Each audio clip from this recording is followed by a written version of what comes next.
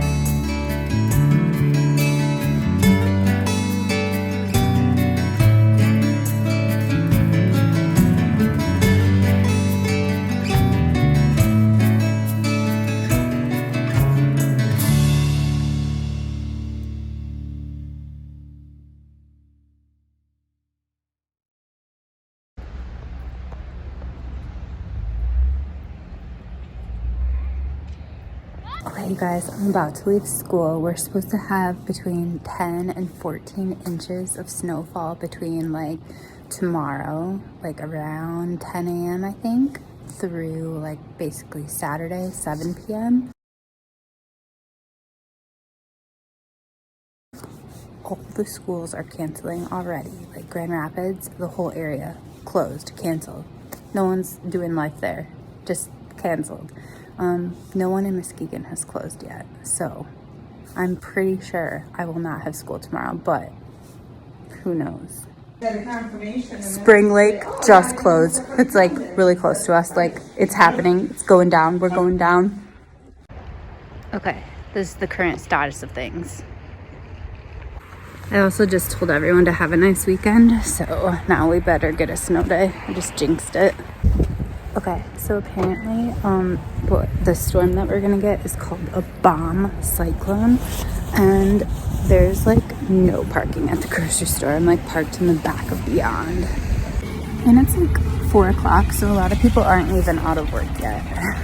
It's like insane. Okay, the district that's immediately right next to us just closed.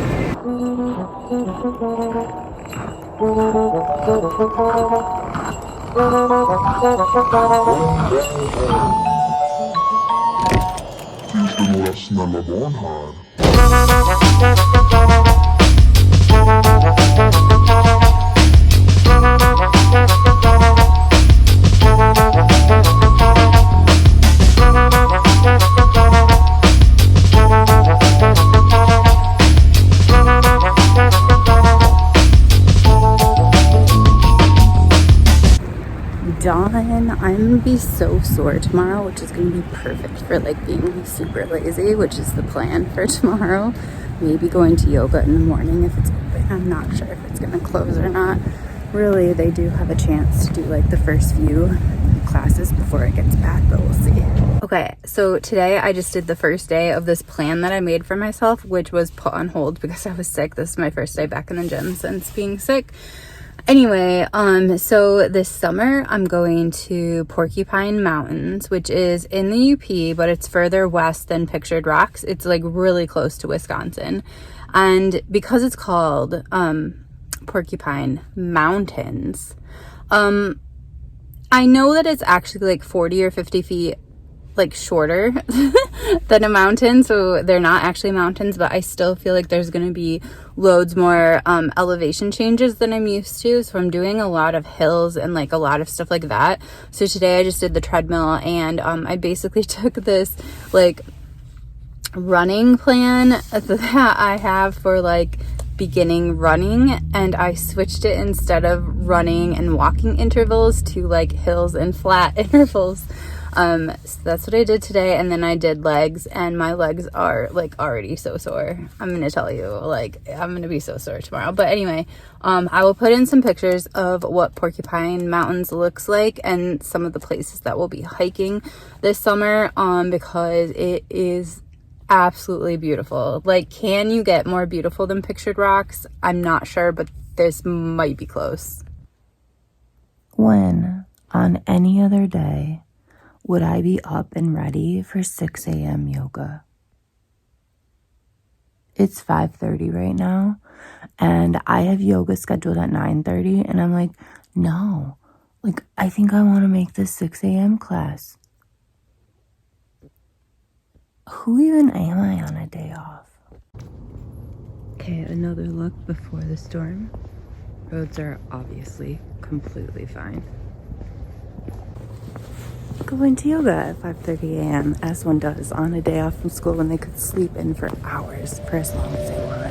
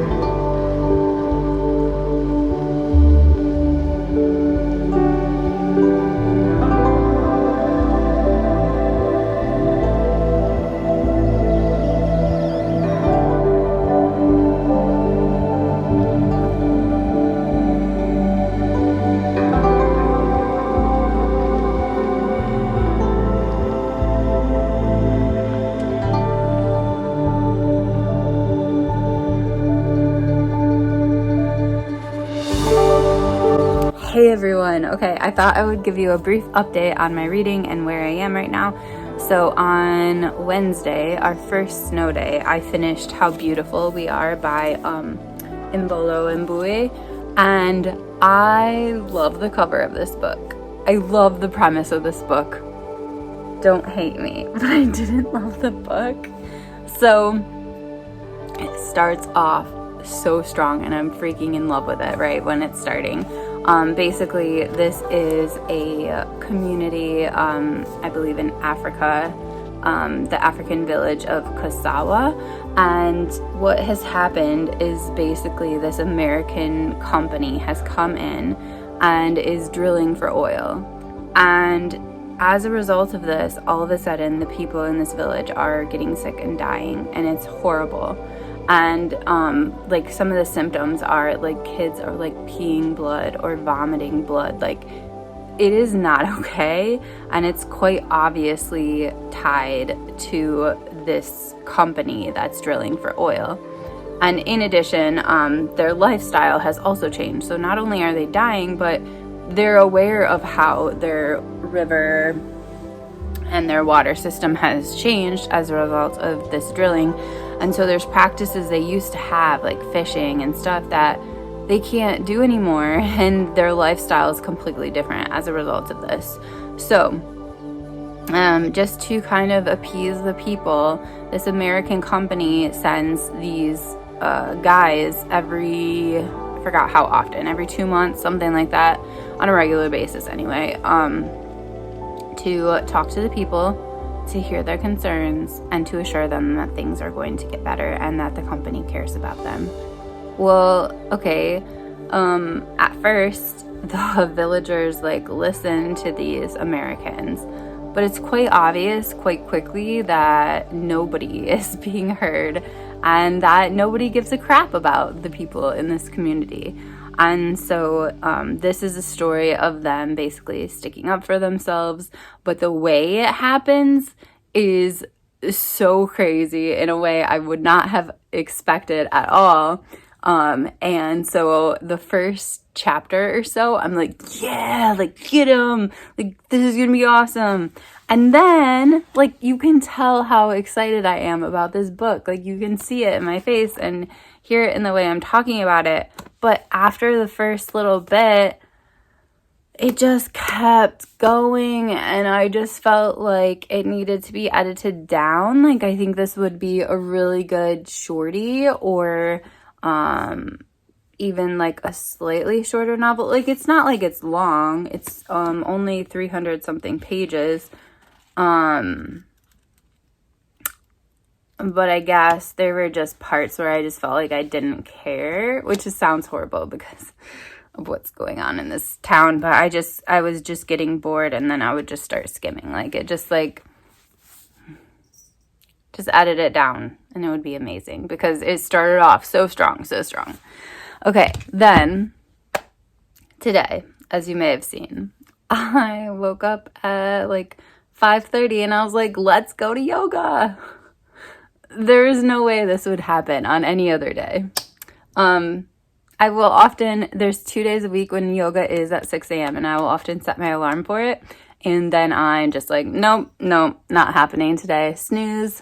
And then on a snow day, I'm like, woo, here for it. Like, I went to the gym after work last night, which is typically very hard for me because I just want to go home and relax.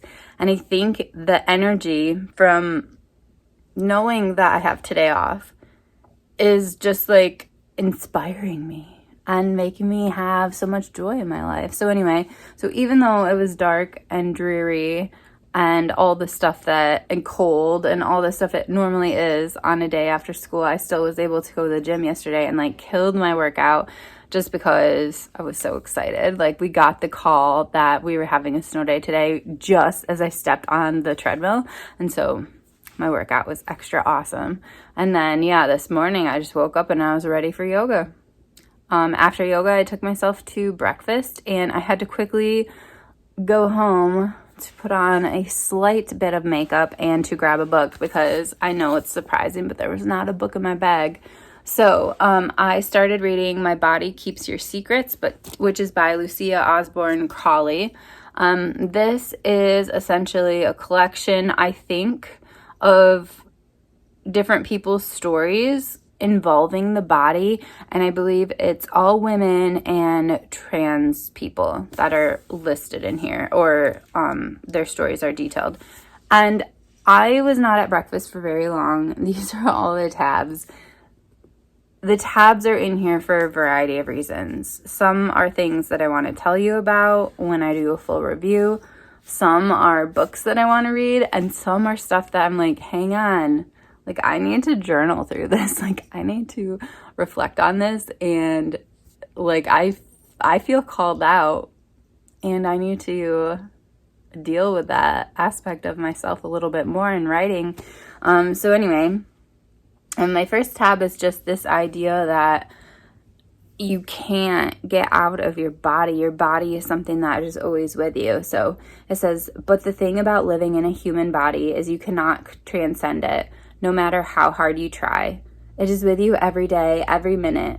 You cannot leave it behind. You cannot change what it has experienced. You just have to find a way to live with it. I know that now. So it kind of gives you an intro into the book, and an intro onto some of the stuff that this is going to talk about. One of the things that I thought was really a nice switch right from the bat is the author talks about, like you can't escape your body, and how some of the things that you've experienced are going to show up in your body, but there's also this idea that it's not your fault. And when I think about, which I'll get to in a second, when I think of like my diabetes and the stuff that I do that probably keeps myself in a state of being high blood sugar, I know that there are some things that are my fault.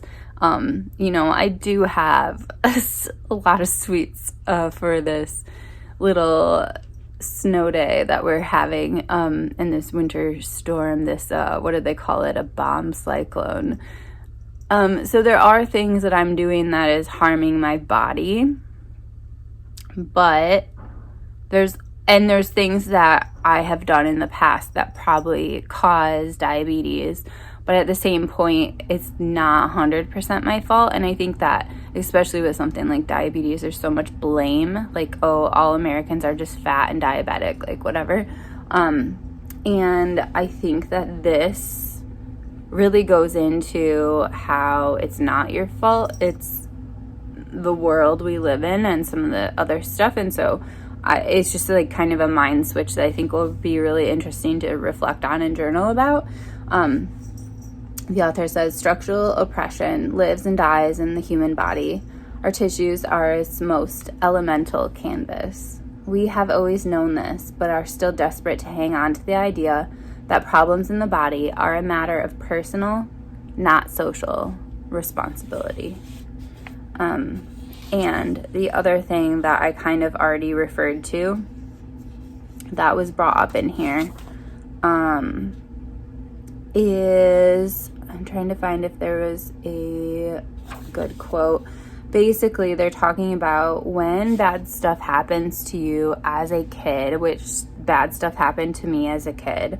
When you are treated like this as a child, it is very, very difficult for a child's brain to accept the fact that adults are not always good and caring, especially if that adult happens to be one of your caregivers.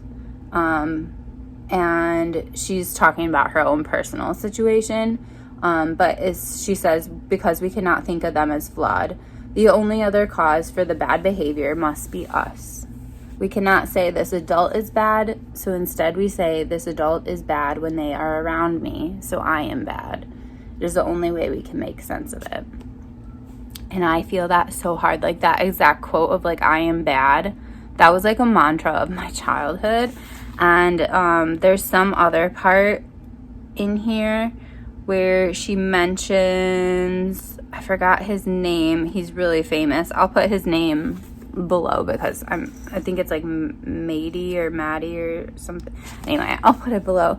But he wrote a whole book on that, on how like conditions like diabetes and other stuff can be caused by like what happened to you back in the day. And so I just think that I plan to just read this cover to cover today, and I think that that might not be the way to go. I think that this book might be really helpful for me if I like journaled about it along the way and just used it to reflect and connect to the stories that are in here. So this is not a self-help book, I don't think, but like the way it's starting out with the introduction, it's definitely stuff that I want to journal about. So anyway, I'm looking forward to a day of reading now that my body has been moved and my hunger and my nutrition needs are met. I had so many vegetables and fruit and stuff for breakfast, And I even saw a coworker there, so we chatted for a minute. So yeah, my social needs are even met. Like, done. Today is gonna be awesome. I'm just gonna be cozy and read, and maybe I'll call my mom for a little bit first. But anyway, I will check in with you guys later.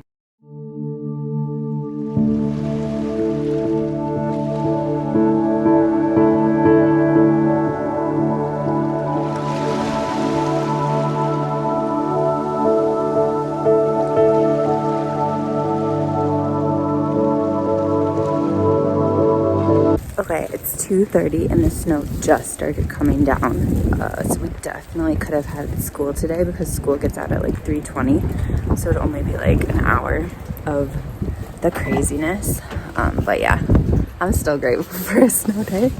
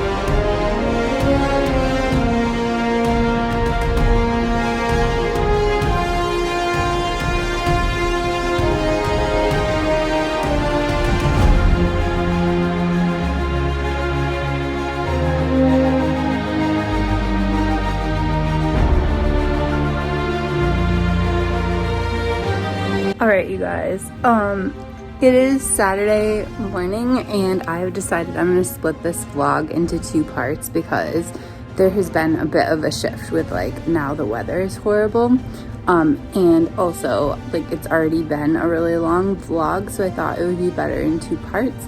So if you're interested, watch this one obviously because you already are, and then just stay tuned for like the weather getting insane.